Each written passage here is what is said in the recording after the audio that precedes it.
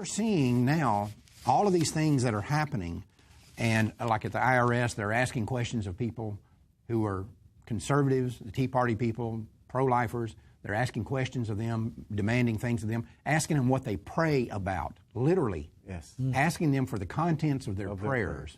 But anyway, in the midst of all of this, another thing came up here that I hadn't even thought about and never heard about. And we've got a guest joining us from Nashville, Tennessee, David French. He's senior counsel with the American Center for Law and Justice, and he put out this information that I found very fascinating. David, thanks for joining us. Thanks so much for having me. Tell me, now you have an adopted child, is that correct? Yes, you adopted in 2010. I have an adopted daughter as well. As a matter of fact, she's running the show. She's running the show right here, right now.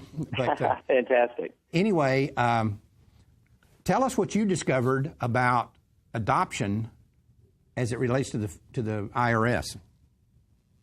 We are, at the ACLJ, we're representing a number of conservative and pro-life groups that are being targeted by the IRS. And in a moment of, shall we say, cynicism, I posted on my Facebook page, if you haven't been audited by the IRS, you're not a true conservative, because I was audited in 2011. And remember, the experience was not much fondness. And someone wrote back and said, no, you weren't audited because you're a conservative. You were audited because you had adopted in the previous year. And he sent me a link to a General Accounting Office report. And I clicked on the link, I started to read, and I could not believe my eyes. And I began to fish around some more for some more documents and discovered that there was a scandal that occurred in plain sight that nobody reported on. And that was the Obama administration's IRS in the years 2011 and 2012 audited 69% of all adoptive families who claimed the adoption child credit. So that would be all but the wealthiest adoptive families. They audited 69%. Now, to put that in some perspective, if you're a middle-class family and you didn't adopt, your chances of getting an audit were roughly 1%. So think about that ratio. If you adopted, you were getting audited, and 90% of the families received at the very least a request for additional information. So 9 out of 10 adoptive families had some interaction with the IRS after their adoption, and almost 7 out of 10 were actually audited, which is defies belief as to why the IRS would do this. To me, it seems like they're wanting to eliminate, and we've seen this from the abortion lobby for 30-some-odd years that I've been doing this. They want to diminish the effect of adoption as it relates to abortion. Anything that's attacking of adoption, this is the route they go down. Now, it defies logic to think that this just happened by selection. If it's 1% for all families, but 69% for families who adopt, you're not going to tell me this is not a concerted effort. Well, and that's exactly right. And so what some defenders of the IRS said, and what the IRS even said itself, is we were trying to catch fraud because of the tax credit program. Well, they don't audit 69% of the recipients of the Earned Income Tax Credit. They don't audit 69% of the recipients of the normal child tax credit. They audit random samples of populations. And now here's the other interesting thing. So they audited 69% of these families. What did they find? Well, they found zero cases of criminal fraud, not one. Now think about that, auditing hundreds of thousands of people and not one case of criminal fraud. And the rate of adjustments to the tax returns, or, people make a mistake and the IRS adjusts the return, was far below average.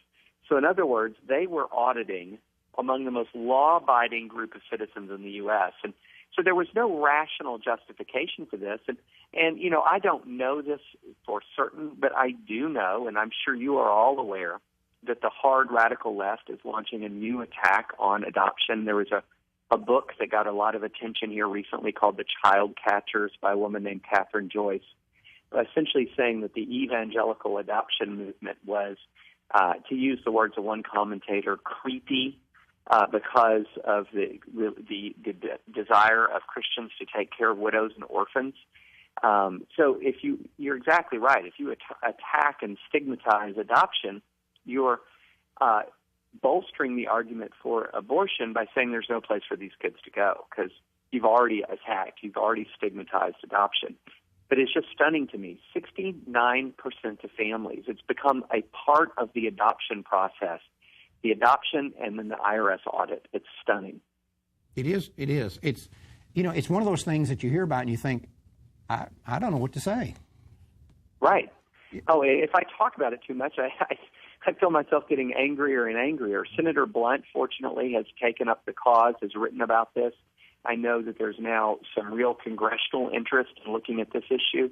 But what is stunning to me is in 2011 is when the IRS initiated this. In 2011, they did a mass-scale audit to allegedly catch fraud.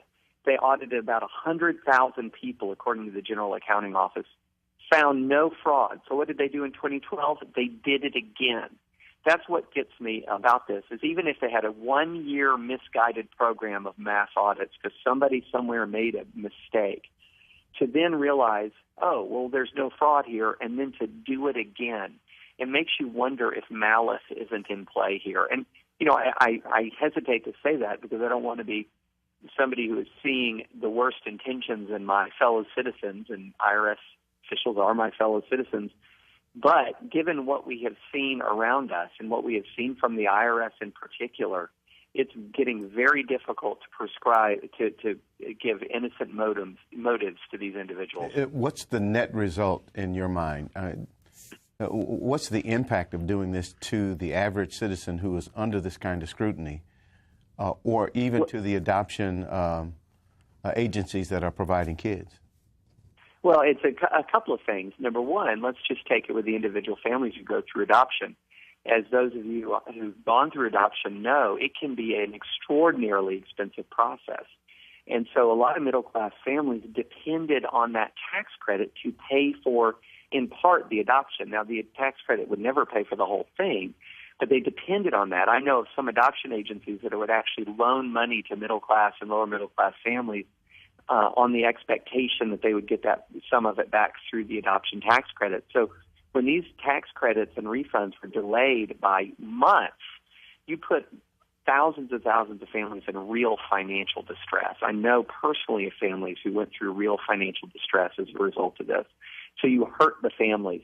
Then the other thing you do is you end up, as it began to circulate through the adoption community that this was happening, you have a potential to deter adoptions. I mean, it's already daunting enough to assemble the paperwork and to assemble the funding to adopt. I mean, when we did it, it took us about almost 18 full months to get everything done exactly right and to fly overseas and pick up our sweet and precious child and to bring her home. It was a very difficult process. If you say to prospective adoptive parents that you can do that and then, oh, by the way, as soon as you get home and when you're adjusting to life with your new child, the IRS is going to audit you, it has a deterrent effect. You think? So, yeah. Wow. Yeah, absolutely. I'm sure I'm understating it a bit. But you're doing real harm to people. You're doing real harm to kids who are prospective adoptees. You're doing real harm to families who are trying to do something that's good and right. And, think about the perversity of this. We're constantly being told that big government is an instrument of compassion. But here, government is punishing virtue.